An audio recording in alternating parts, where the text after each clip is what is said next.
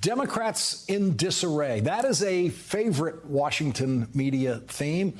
As soon as any two Democrats can be found to publicly disagree on anything, the Democrats in disarray headline is ready to go, but we have never seen anything like the disarray and the outright madness on display in the Republican Party that we are seeing right now. And we are seeing it in Georgia, thanks to the madness of Donald Trump and Trumpism, and thanks to the beating Jon Ossoff delivered to the Republicans in his winning Senate campaign that gave control of the United States Senate to the Democrats. Disarray, to put it mildly, has developed among Republicans in Georgia. Jon Ossoff crushed David Perdue's hopes for re-election to the Senate, and now David Perdue is desperately running for governor of Georgia with Donald Trump's support against incumbent Republican Governor Brian Kemp. Donald Trump's hatred of Brian Kemp is based on Governor Kemp's refusal to commit state and federal crimes and try to overturn the results for the presidential election in Georgia. And before I tell you which of these candidates is way ahead of the other, take a look at the Republican disarray in Georgia caused by Donald Trump and Senator Jon Ossoff, who will be joining us on this program tonight. First off, folks, let me be very clear tonight. The election in 2020 was rigged and stolen. All the madness we see from the Biden administration, all that started right here in Georgia when our governor caved and allowed radical Democrats to steal our election. I don't need to be lectured by someone that lost their last election about what our voting laws are. You're the top cop in this state. It's your job to make sure that we prosecute voter fraud. The fact is, if you hadn't lost your race to Jon Ossoff, we wouldn't have lost control of the Senate, and we wouldn't have the disaster that we have in Washington right now.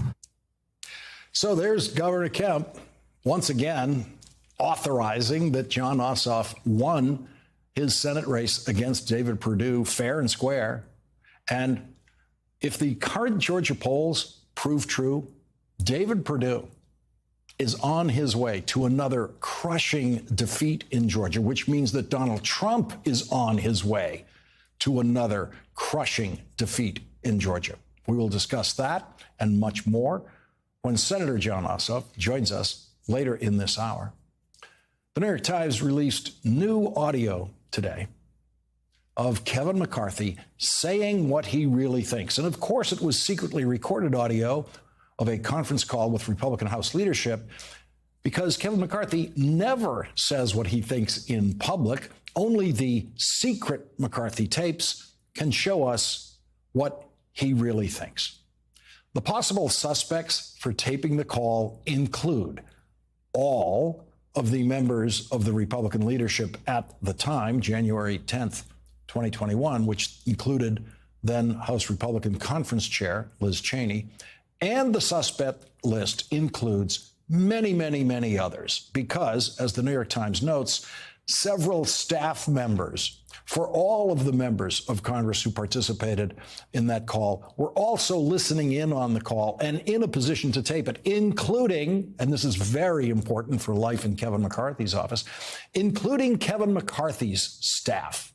It could be McCarthy's staff. The tape could be coming from inside the McCarthy house. On the call, Kevin McCarthy refers to briefings that he has had from the FBI after the January 6th attack on the Capitol, indicating that the lives of some members of the House may be in danger. Kevin McCarthy expresses his worry that Republican members of the House, like Matt Gaetz, Mo Brooks, and others, should stop attacking Democratic members of the House by name and some Republicans by name, presumably because Kevin McCarthy feared that if the FBI reports were true, one of those members of Congress could be the victim of severe or deadly violence, which could then be rightly attributed to Republican encouragement. The other thing that we have to do is these members on either whatever position you are, calling out other members, that stuff's got to stop, especially in this nature. So when I get up right here, I'm going to call Gaetz. Tension is too high. The country is too crazy. I do not want to look back and think we caused something or we missed something and someone got hurt. I don't want to play politics with any of that. The Times reports that Kevin McCarthy vowed to do something about the rhetoric from his Wilder members, but the Times also reports that Kevin McCarthy actually did absolutely nothing. Okay, the other thing I want to bring up, and I'm making some phone calls to some members. I just got something sent now about Newsmax, something Matt Gaetz said, where he's calling people's names out, saying an anti-Trump in this type of atmosphere. And some of the other places, this is serious stuff people are doing that has to stop.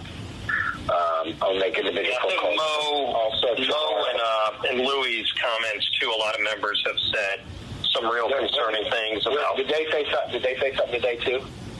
Not that Louis was at. Mo was at the rally. You know, we're kicking and taking names thing at the Trump rally. Gonzalez just sent it to me, so I'm calling Gaetz. I'm explaining to him.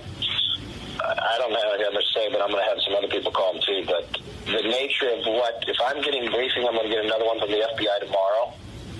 This is serious to cut this out. Yeah, that's. I mean, it's potentially illegal what he's doing. Well, he's putting people in jeopardy, and he doesn't need to be doing this.